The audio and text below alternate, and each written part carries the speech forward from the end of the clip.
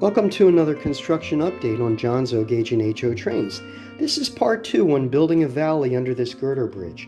Part 1 I described how I cut out the plywood and used layers of plywood to build a depressed area under what had just been formerly just a flat piece of plywood here. And I also described in part 1 how I cut out the area back here because I wanted to make a culvert under this siding track. And so what I've done here is I have started to make this culvert, and I just used very small mailing tubes I had, fiber tubes here, and I had some very thin scrap plywood and some strip wood here that I used to top this off. And it's going to go down here. And what I also did is I used a Dremel motor tool and also a razor saw to cut out the edge of this Fastrack piece. So the way it's going to fit in is just like this. I got the girder bridge out of the way so I could work on this area, and painted and weathered the culvert. Also backfilled underneath where this track is now with some plaster to take care of the gap that was at the end of the culvert. And now that it's painted and weathered, it started to come together a little bit. There's also some plaster underneath the culvert in there, and that's going to be covered eventually with a coat of Woodland Scenics Water. And I applied the top coat of patching plaster with this nice brush here. And maybe this is something everybody does, I don't know. First time I tried applying it with a brush, and I was surprised at how well it worked, and you could really texture it very well. Put down a couple shades of acrylic paint in the bed of the creek, and also painted green around here, around the edge of the water, because I'm going to apply some grass and shrubbery. After painting the creek bed, I put in some of the reddish brown pebbles that I had. Also put in some little twigs I found that are just trees maybe that have fallen in the creek bed and eventually will be covered by water, at least partially. I went back in and added then some very tiny pebbles. I had actually, it's kind of a reddish brown ballast, just to kind of make it a little bit more realistic and varied, and applied a little bit of a darker reddish brown paint to the creek bed. And around the edge, placed some little tufts of greenery and grass. Now I'm ready to apply some Woodland Scenics Realistic Water, and what I've done is I've got this tint, it's called Murky. I applied about 10 drops into a glass here, filled it with realistic water, and I almost forgot that you have to apply some sort of dam, so I put some painter's tape over here, and it does say you can apply in 1/8 inch layers at a time. I don't know if I even have enough to pour 1/8 inch. I'm going to pour a little bit back here, back side of the culvert. It does say it's self-leveling and it will just flow outwards, so that's why you have to have a dam at the edge.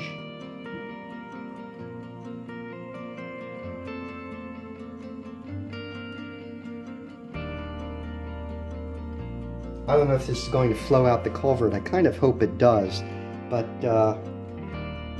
we'll see. But at any rate, I'm just going to start pouring it in here. And I only put in, like I said, about 10 drops of the murky tint. So I don't want it to be too murky because I don't really want to obscure the stones and the coloration down here. It does say apply 1/8 of an inch at a time.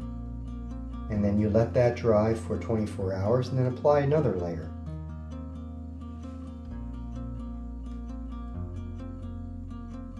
And actually, I think that the realistic water that I applied on the back side of the culvert has actually started to flow out the culvert. It actually has, so that's good. I wanted that. So this might be about 1/8 of an inch, and it says here that you can spread it out with a craft stick. So we'll try that. Just learning as we go.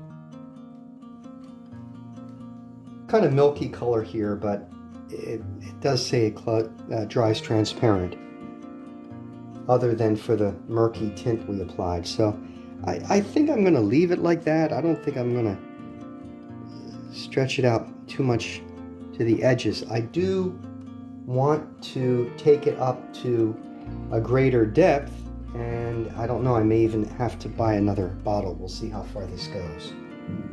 But I think for now, we're going to let that sit and then come back in 24 hours. In making the first pour of realistic water, I learned a couple important lessons. First is that it really is important to have a good secure dam along the open side of the water area, if there is an open side. I had blue masking tape in there. I thought it was secure, and the realistic water started leaking right out the bottom. So I put more masking tape on, really pressed it down to the plywood, and then stapled on some poster board here. And that seemed to do the trick. Second was that as far as the drying time, for my situation, it was longer than 24 hours before it dried mostly transparent.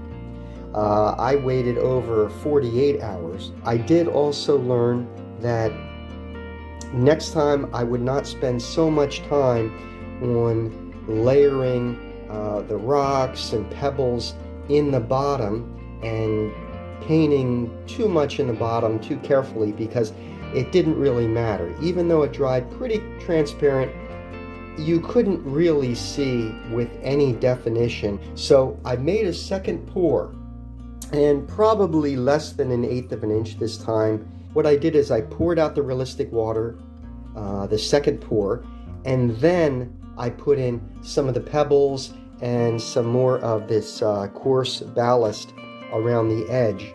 And I placed those pebbles and the ballast right into the freshly poured realistic water, so that now they're kind of planted in that. So our realistic water has dried, and with this creek bed I tried to get sort of a naturalistic look.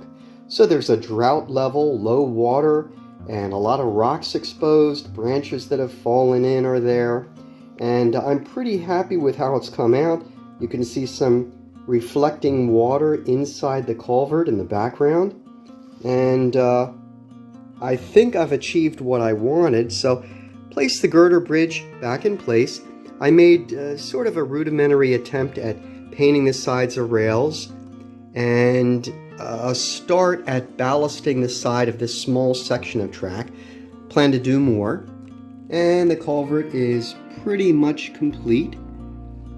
Along with that, I've tried to upgrade this scenic backdrop. It's a divider between the two halves of the layout. Added some foliage, flowering plants, and some fallen deadwood trees. Some scraggly tall brown grass at the end there. Now this is not complete. I do plan to place in this area right here a little rise. I'm going to use some foam, make sort of a little mini hill there, and ideally I want it to extend right up seamlessly from the edge of the creek here. And as mentioned before, place a little bit of a rise in here with water kind of half hidden in the background, emptying in behind the culvert.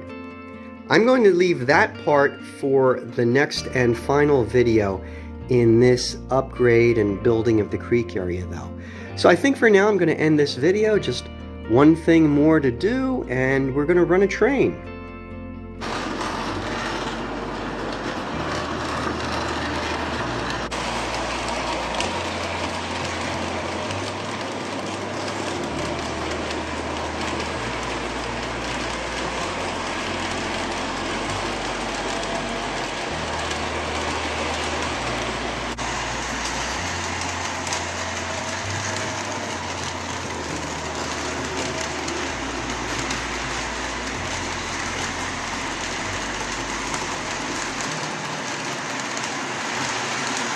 And thanks for watching another episode of John's O Gauge and HO Trains.